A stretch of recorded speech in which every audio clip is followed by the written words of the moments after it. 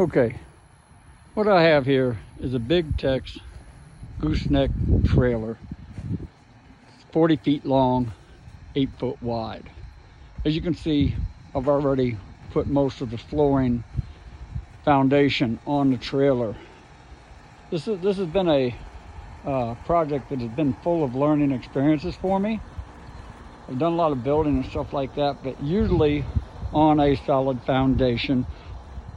But what I've got here is what I mentioned earlier, is a cantilevered floor on top of an 8 foot wide trailer bed. As you can see when I get down here, the actual trailer stops right here. And then I just have joists overhanging. And it appears to be nothing supporting that.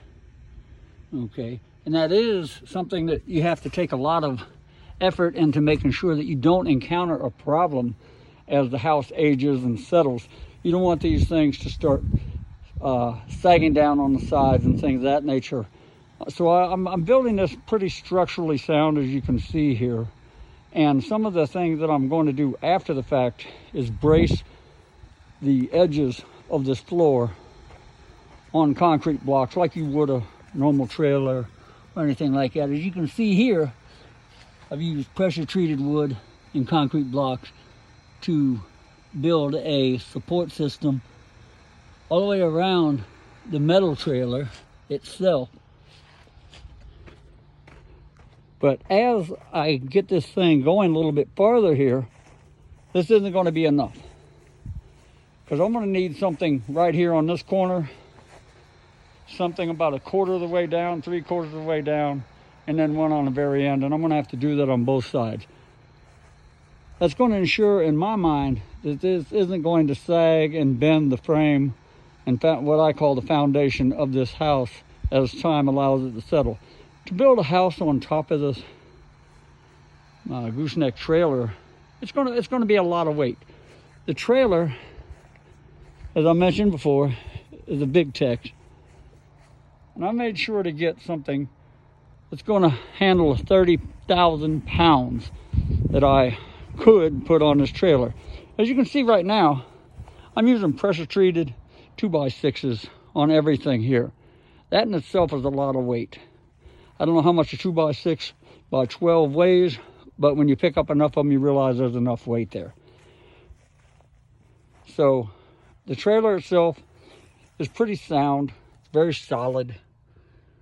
Like the way it's put together. I could have got a used one. I could have got different brands, but I went for this one because I figure this will last me at least 30 years with this house sitting on it.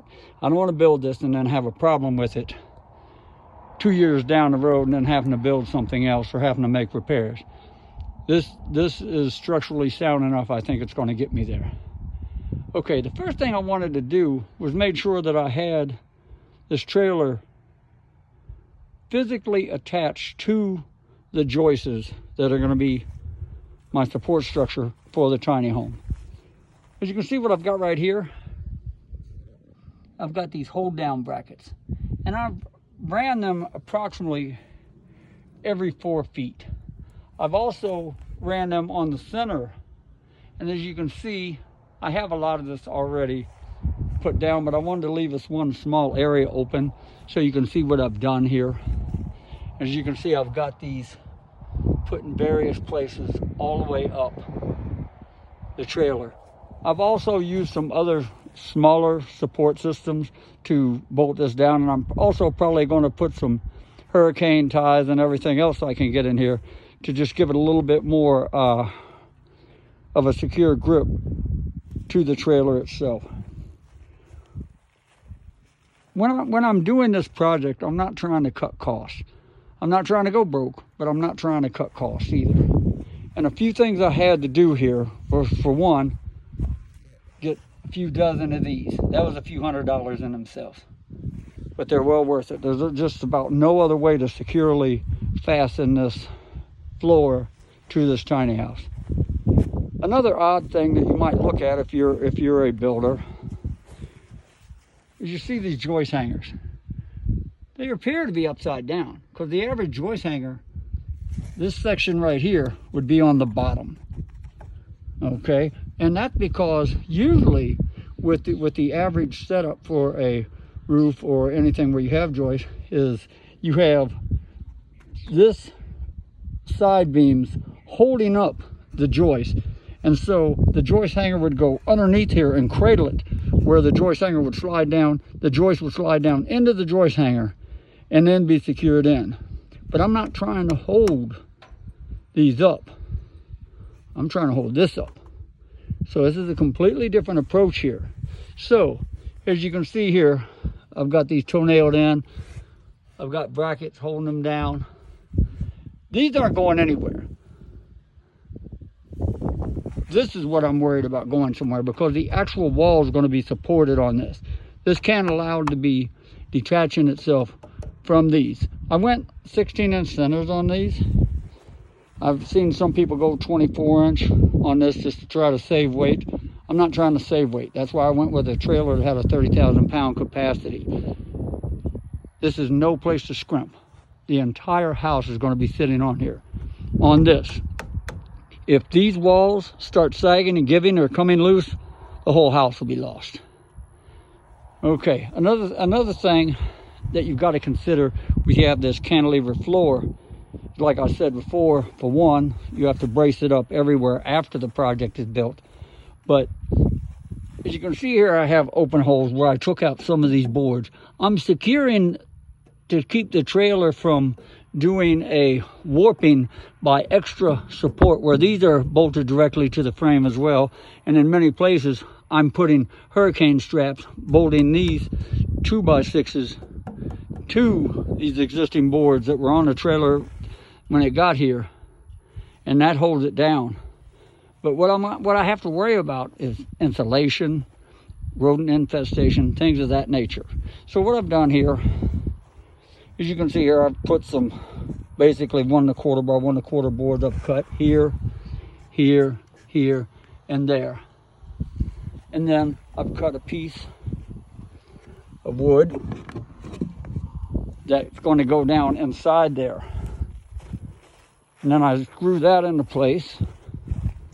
Here's one of these right now. As you can see, it has the silver backing on it. And what I have to do here is, when this goes in here, this has to act as a vapor barrier. So I'm going to take this, after I've put all these pieces together and put them in here, you're going to have these little things like this and cracks going all the way around. I'm going to take foam insulation and put that down in there, and then lay sheet insulation that I have, and I'm going to cut it to the same size as this and fit those down in there, and then put my subflooring on. So as you can see, I've already got most of these boards cut out. I'm still putting some of it in place.